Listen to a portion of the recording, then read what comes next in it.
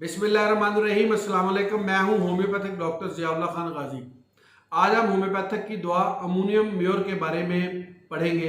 Ammonium more homeopathic की एक ऐसी दवा है जो बहुत सारी अलामात को कंट्रोल करती है।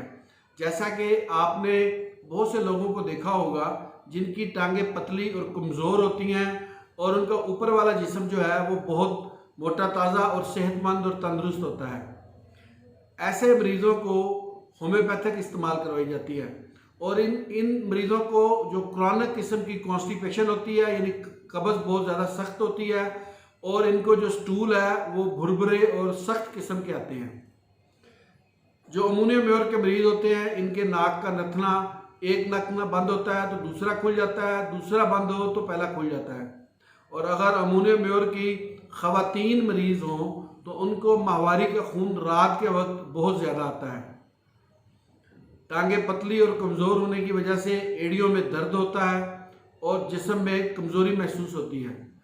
अब चलने फिरने में भी उनको थकावट का जल्द शिकार हो जाते हैं क्योंकि ऊपर वाला जो अपर लम्स है वो बहुत मजबूत होते हैं और लोअर लम्स जो है कमज़ोर होने की वजह से वो ज़्यादा देर तक अपने वेट को मेंटेन नहीं कर सकते। थकावट की वजह से फिर वो रेस्ट करते हैं या आराम के लिए किसी जगह बैठ जाते हैं। और अमोनियम म्योर के मरीज़ों को दोनों कंधों के दरमियान वाली जगह पे सर्दी का बहुत ज़्यादा एहसास होता है, यानी कि ऊपर वाली साइड के ऊपर, अपर लम्स के ऊपर।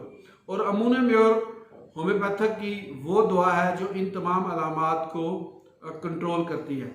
इसमें ज़्यादातर वो मरीज़ भी आते हैं जिनको कसीर मिकदार के अंदर नज़ूली कैफियत होती हैं, यानी कि नज़ला वगैरह अगर हो तो बलगम वगैरह बहुत ज़्यादा मिकदार के कमज़ोर और पतली होने की वजह से समटाइम्स इनकी जो डिस्क वगैरह होती हैं वो भी डिस्टर्ब हो जाती हैं और ऐसे पेशेंट्स जो हैं वो शियाटिका के पेशेंट्स बन जाते हैं, यानी कि उन्हें टांग की एक साइड के ऊपर से नीचे की तरफ दर्द शिद्दत के साथ आता है।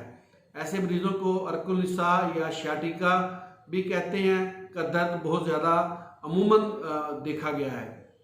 अगर ऐसी अलामात के मरीज़ हों तो आप उनको अमोनियम म्योर इस्तेमाल करवाएं छोटी ताकतों के अंदर, इससे यकीनन उनको फ़ायदा होगा।